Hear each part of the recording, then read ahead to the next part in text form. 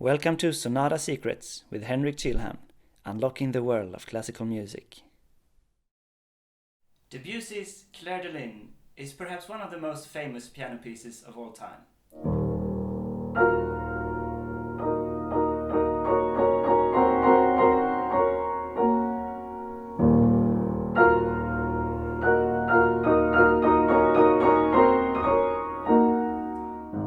It's actually part of a set of 4 pieces, Suite Bergamesque by Debussy, but it's mostly heard by itself and it totally works that way.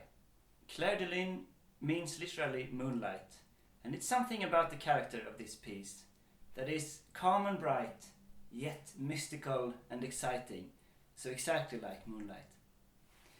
It starts with these cool, bright chords up here.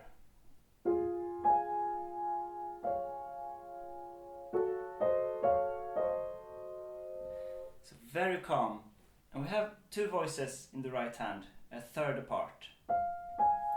And the melody is just going down for 8 bars, 1 step at a time, and the harmony follows with really nice, soothing chords. A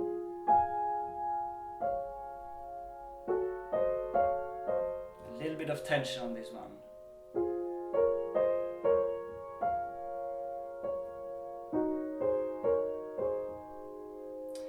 And it's something about this downward motion, 1 step at a time, that makes the character of just letting go and enjoying the atmosphere.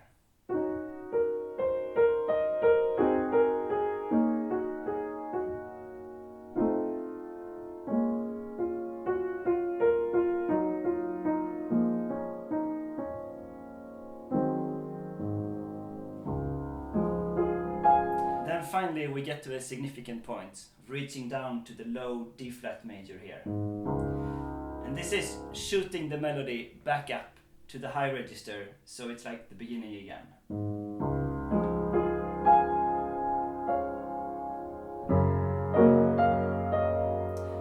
Now it's more solid sound with these bass notes.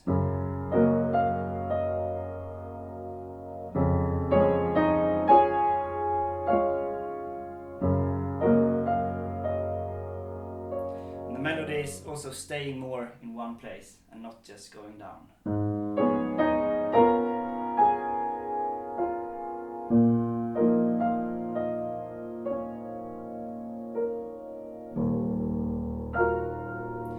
And here we reach the second typical sound of Clair de Lune. It's a low bass and the chord in the high register again. But this one has some pain in it, this dissonance. It's kind of a nice pain though, like a nostalgic memory flashing by, because it resolves in these repeated chords that comes and turning more to the soothing type again. So.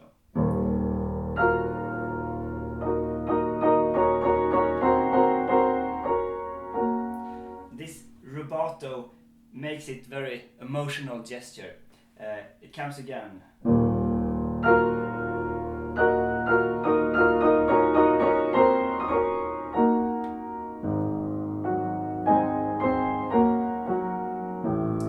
And here the bass starts to go up instead of down. We've gone down the whole time until here. Now it turns and starts moving up. And the chords are responding to that.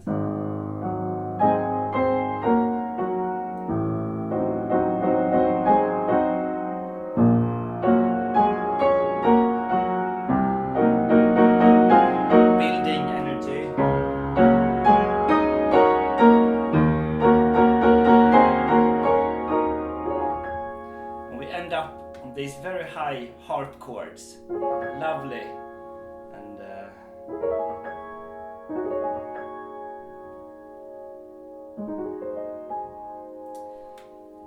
then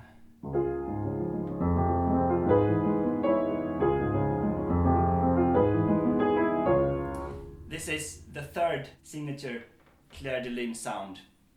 So now it's moving a bit. We have this kind of engine motion with the broken chords down here.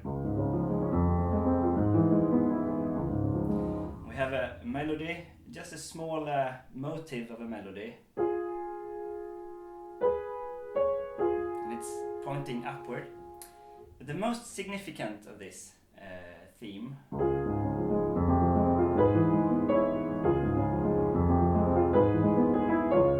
is the third chord harmonically. So this chord, it's very interesting. In musical theory it's called a mediant. So it's E major in relation to D flat major. And it's the same in this tune. If you recognize, it's a theme from Lord of the Rings by Howard Shore.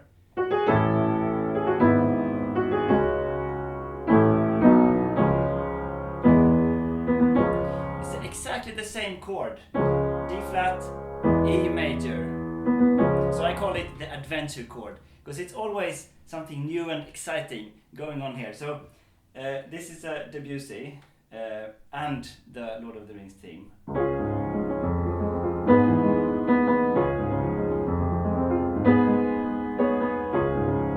And you can, okay, now just Debussy and just the chord.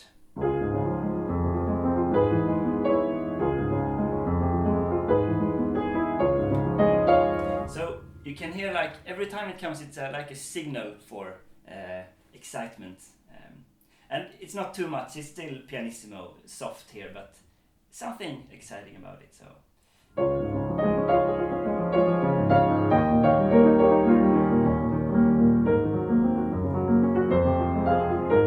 here we get the motive higher up and a different harmony, so without the adventure chord now.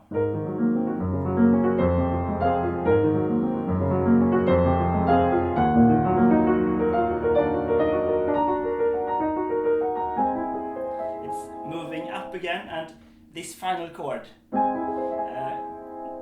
it's just to get back to D flat, and normally the basic chord is this chord. It's called like a cadence chord, but Debussy adds this flavor of this note,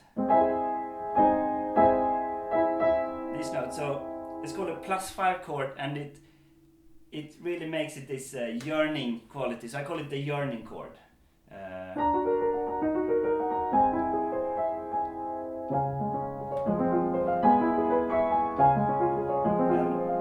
Then you have the melody again with the adventure chord, and it's gonna continue upward for a little bit.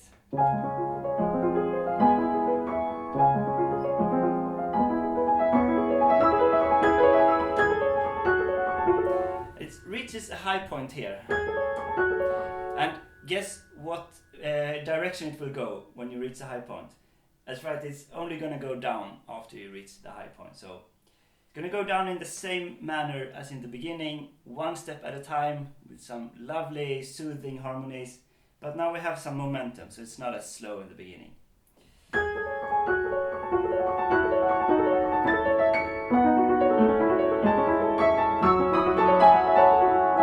Quicker pace here.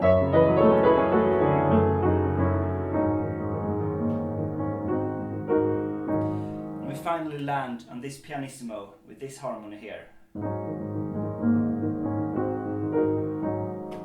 And the energy isn't gone, it's still there in this tremolo in the left hand, keeping the energy up.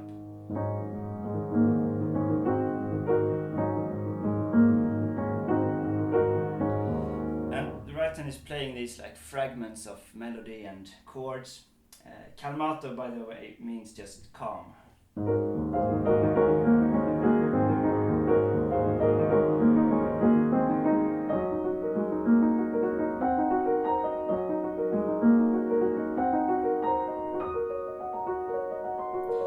And now this is my favorite transition of the whole piece. You get these lovely harp chords, and then Debussy changes just one note at a time, so the character shifts from this to the minor, and then back to the major, then ending on the minor. It's amazing, this transition.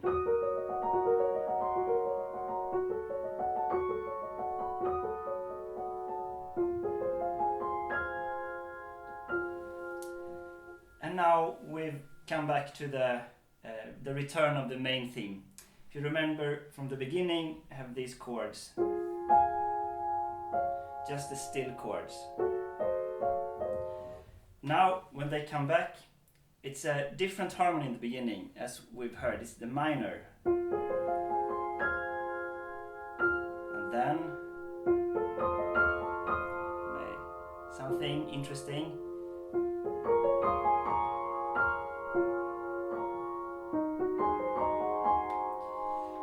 And then it's back to the normal soothing progression.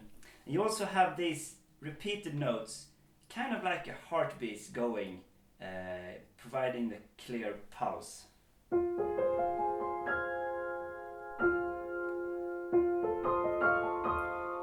boom.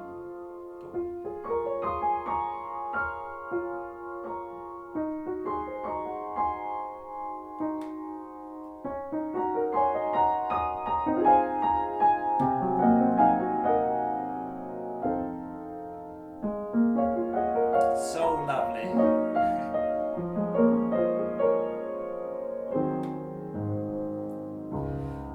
And then now when we reach this down point, I'm gonna come back up for the final time with a chord melody. Guess what happens now? We get this note. That's like that. It's new. I haven't had that note there before, so it's a very interesting sonority. You can kind of also hear that it's like the final run now.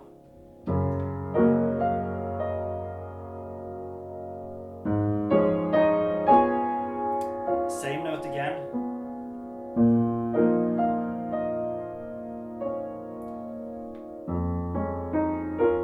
And here the melody gets a natural closing.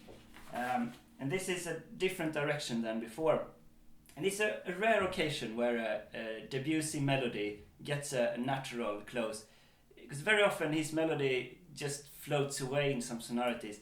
But here you get the melody in this way.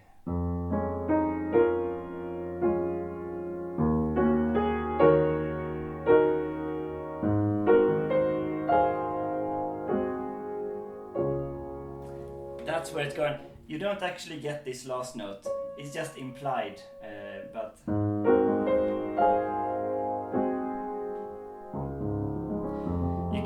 you get the right chord. And then this is the very ending, but it's really drawn out to the maximum, the ending part. You get this moving motion here, and you're gonna get the adventure chord.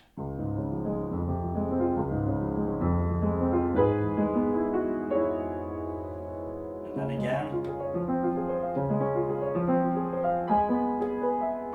It's higher up. But now, after this chord, we always expect to get back to this, but for the final time, Debussy is delaying that return and resolving of this chord, so you get to wait for it.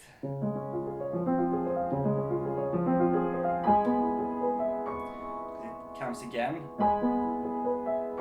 and wait for it. Oh yeah, so when it finally comes, it's even better. And that's the final chord of the piece. So to sum up this piece, it moves in quite large sections, quite slowly up and down the piano, making it feel very organic and natural. And sometimes the harmony shifts ever so slightly, getting a new aspect of the musical material. And it's just like when you're outside in the trees and the nature, that can be cast in a new light when the moon is shining. So Moonlight has both literally and mythologically the power of transformation. So let's have a listen to the whole piece. Clair de Lune by Debussy. And hopefully you can hear it in a new light as well, so to speak.